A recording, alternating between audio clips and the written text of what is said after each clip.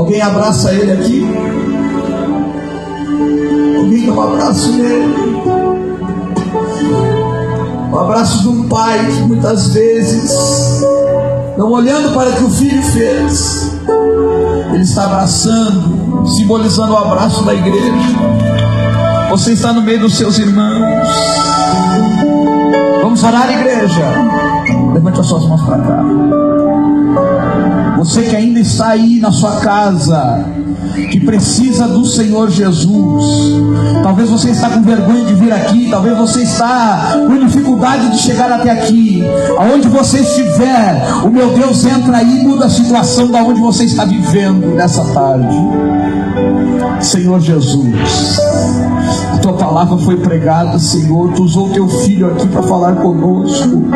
Nós precisamos abrir a porta do nosso coração, convidar o Senhor para entrar na nossa casa.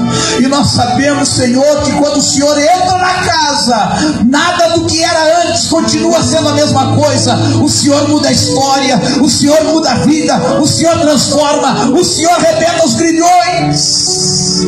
Nessa tarde há um filho que está voltando.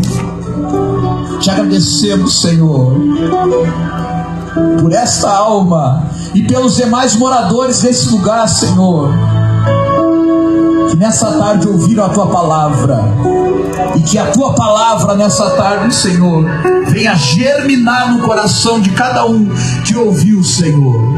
Obrigado, Pai, por tudo. Aleluia.